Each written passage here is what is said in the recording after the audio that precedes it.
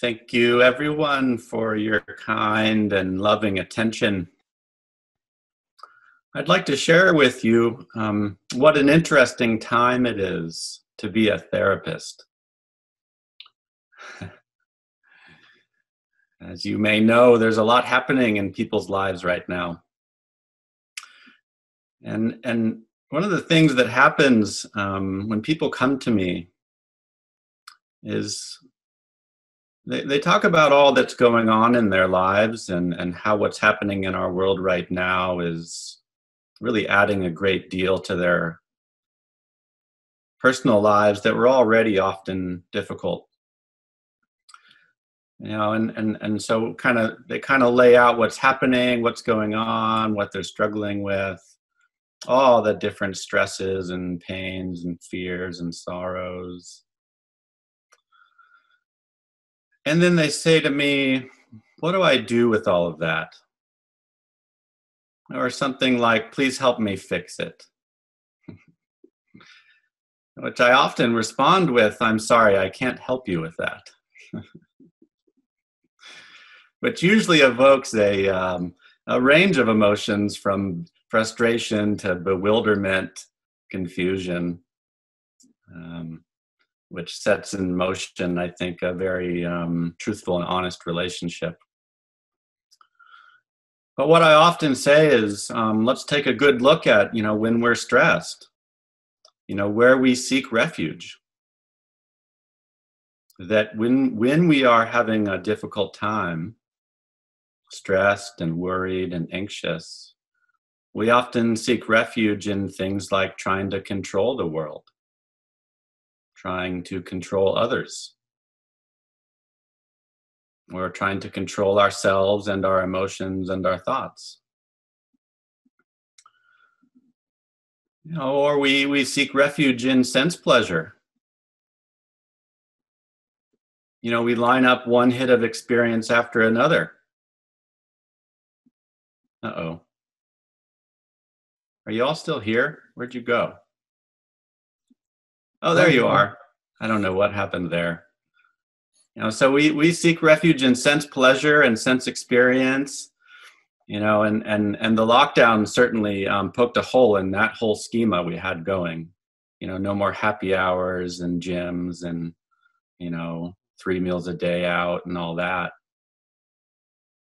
So we also seek refuge in fantasy. Just getting lost in thought. Trying to recreate the past or, stuck in mind creations of a future self, a future life.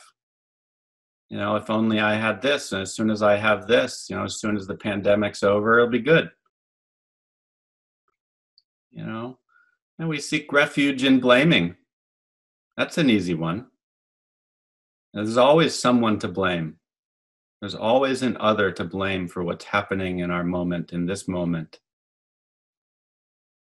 And related to that, we seek refuge in anger.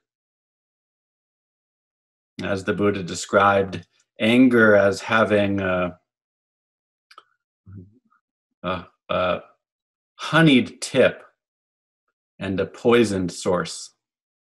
Because anger really is, it is very sweet at times. It feels good. It makes us feel alive and in control. It has that passion to it, and it feels good.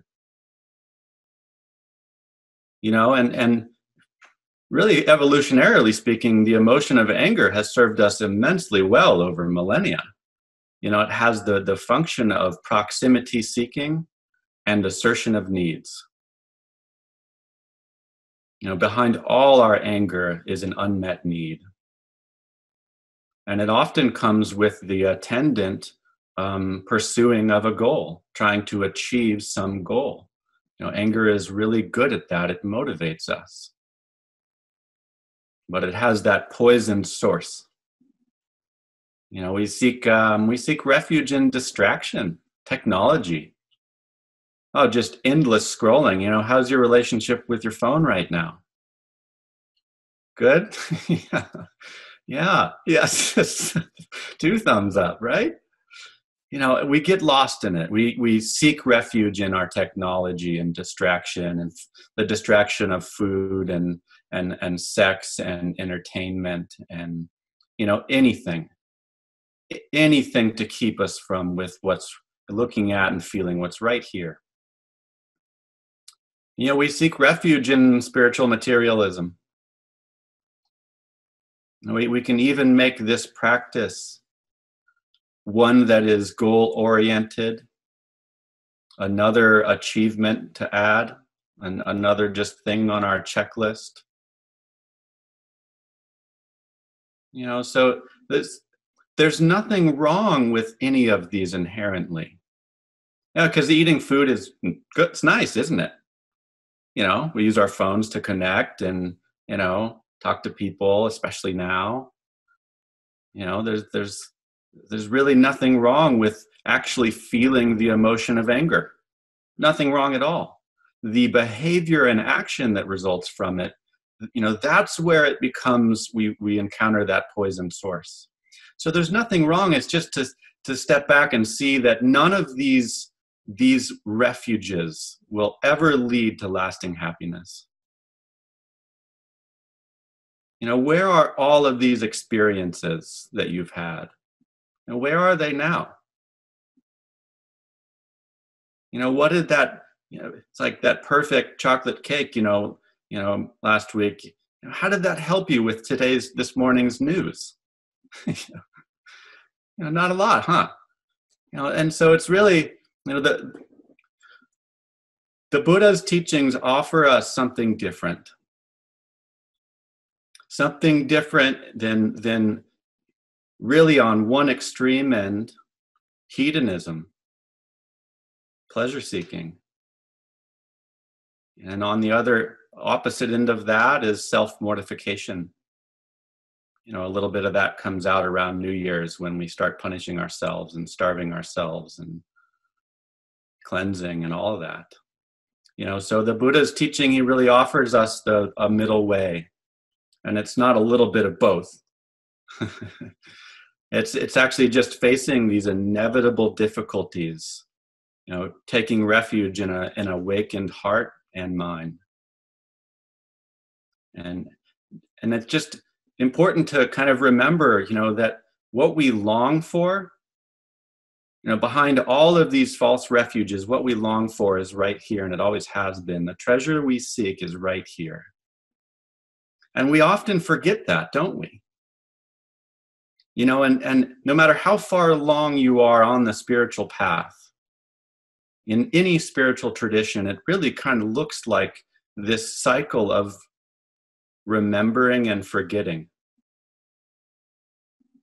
We come back to the breath over and over and over again. We come back to what matters over and over again. What really matters to us. Because it turns out what matters to us when we die is the same thing that matters to us our whole life. But we forget that. And so it's this process of waking up over and over and over again and seeking refuge in really the truth of this moment. The Buddha showed us the way using the Four Noble Truths, that the truth of this moment, is that if you have a body, if you have a mind, if you have 5 senses that can be impressed upon by the world,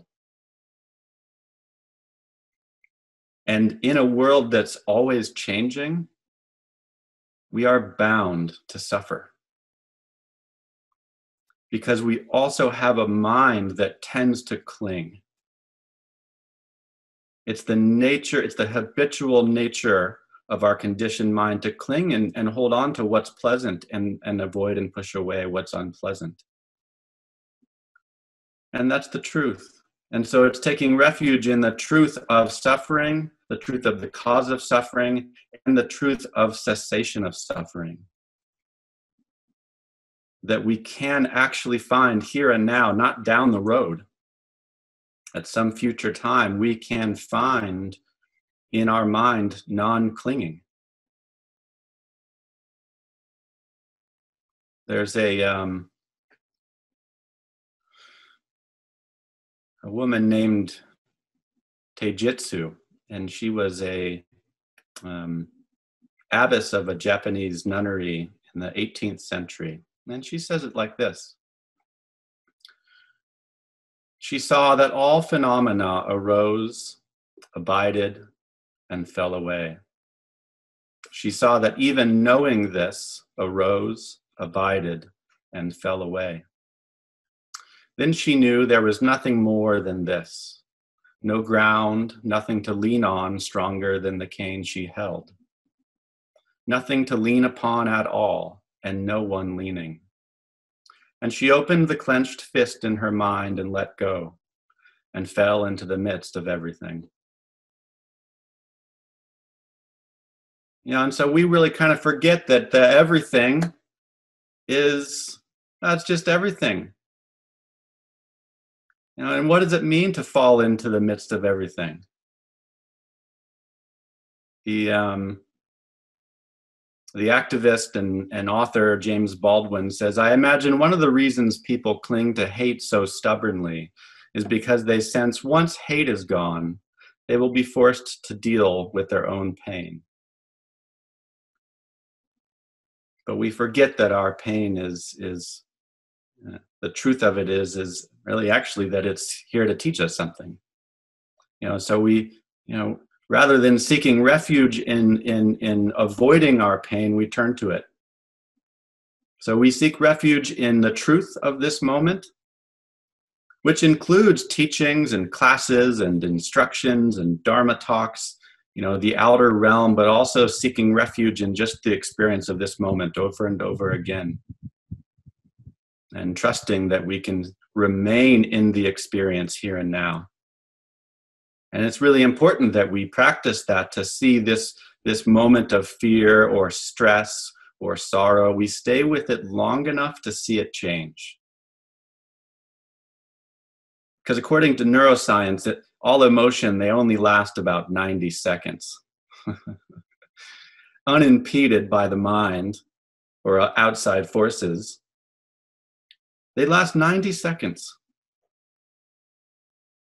The arising of fear, seeing a coiled rope and realizing it's not a snake, 90 seconds until we return to homeostasis in our heart rate and respiration and muscle tone and all of that. 90 seconds to just feel what's here.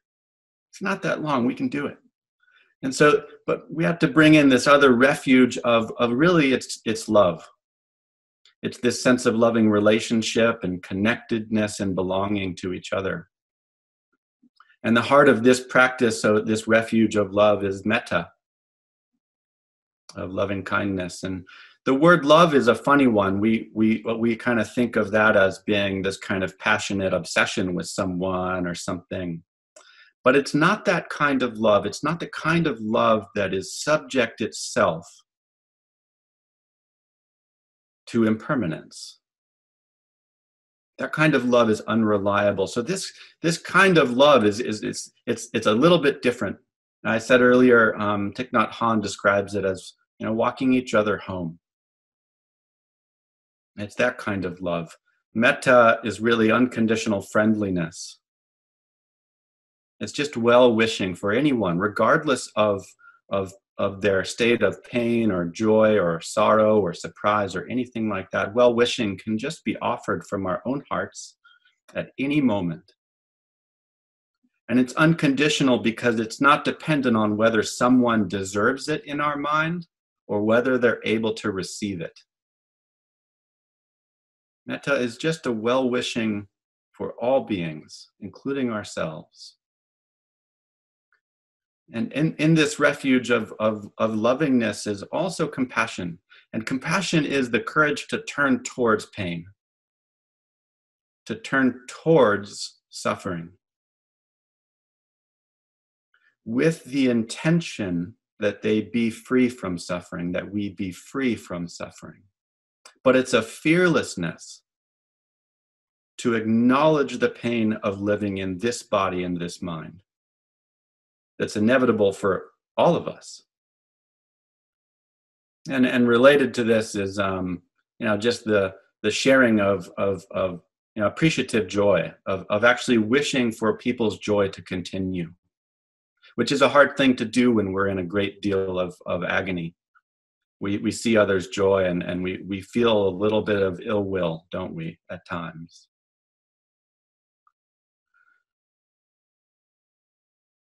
Alison Luderman, she says, "Don't tell anyone, but I love Jesus. I love the way he argues with everyone and will go to hell for love. He's just like that Buddhist god Avalokiteshvara, the bodhisattva of compassion, except his name is easier to pronounce. When you're in trouble, it's hard to remember to yell for Avalokiteshvara, but oh Jesus arises naturally. I just don't want to die saying, oh shit.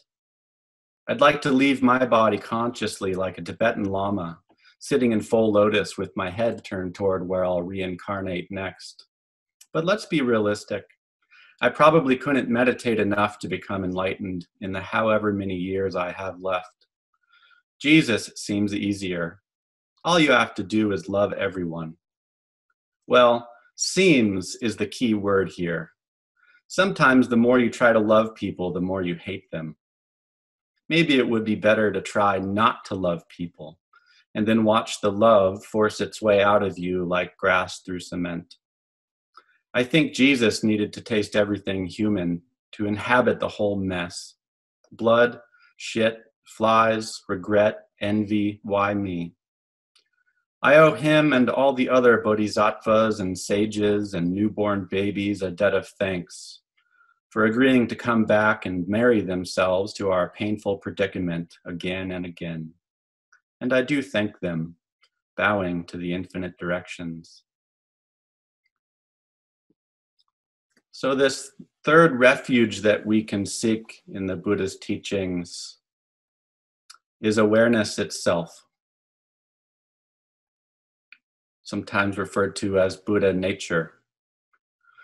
But we can also seek refuge in just the story of the historical Buddha, because he was a person just like us. He felt pain and fear and loss and sorrow. He was no different than us. And so it's really what he has offered us is just the trust that we can take refuge in our own innate capacity for awakening, that it's not somewhere out there in some godlike form at some other time in some other place. And so we just take refuge in our own Buddha nature that sees that all things arise and pass away. And it's just that remembering, that practice of remembrance, that awareness is always here. Another way of saying that is try and not be aware right now. It doesn't work. It's always here. As our breath is, it's always here. And it's important to know, too, that these kind of three refuges of truth and love and awareness, they're not separate. Awareness is not just awareness, because we can be aware, but we can be aware with aversion and hatred. Now, I'm aware that I didn't get enough sleep last night, and boy, do I want to spin off into hatred of that. If only my arm hadn't fallen asleep, I got pissed off at my arm at 3 a.m. this morning for waking me up, right? And so I'm aware, you can be aware, but it's the trick of cultivating love and truth. So awareness is really not enough in itself. The monk named Dzigar Kongtrul Rinpoche says, the potential for realization is universal and present for all of us. True benefit will come from your own efforts and realization. For your efforts to bring benefit, you must take your life into your own hands and examine your mind and experience. From this point of view, nobody could be kinder to you than yourself. Nobody could have a greater effect on you or actually do more for you than yourself. The Buddha said, "I have shown you the path of liberation. Now liberation depends on you." And this is really true. If you don't take your life into your own hands, not even the Buddhas can make a difference. It's up to you.